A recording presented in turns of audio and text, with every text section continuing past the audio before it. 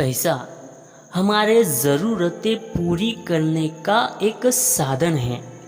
पैसों से हम हमारे अनेकों ज़रूरतें पूरी कर सकते हैं। पैसों से हम सुख को खरीद सकते हैं और इन्हीं पैसों से दुख को दूर किया जा सकता है।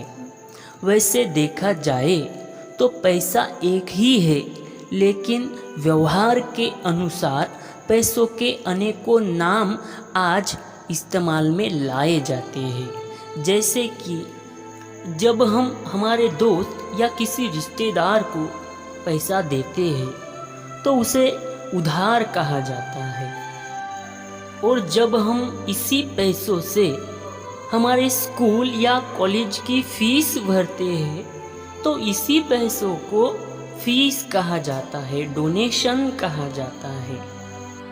और जब यही पैसा कोई पिता अपने बेटी के शादी में ससुराल वाले को देता है तो इसी पैसों को दहेज कहा जाता है।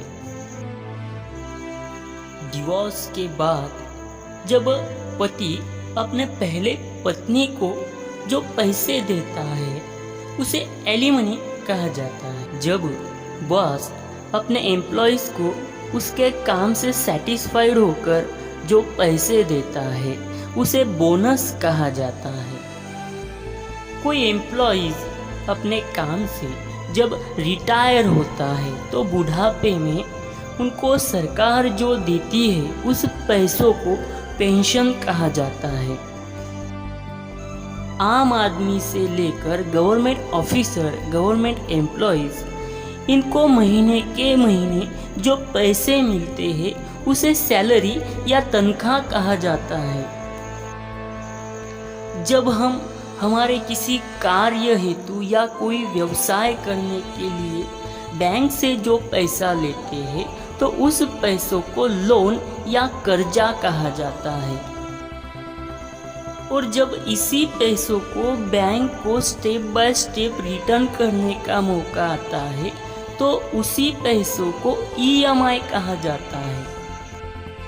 किसी व्यक्ति के अच्छे सर्विस के लिए उसे जो पैसे दिए जाते हैं तो उस पैसों को टिप कहा जाता है।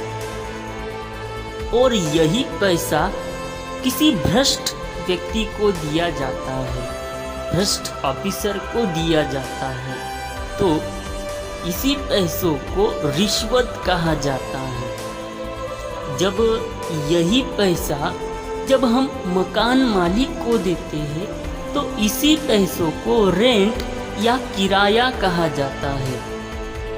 पैसा जब किसी सामाजिक कार्य के लिए खर्च किया जाता है तो इसी पैसों को डोनेशन या चंदा कहते हैं। साथियों, पैसों के अनेकों नाम व्यवहार में हम इस्तेमाल में लाते हैं।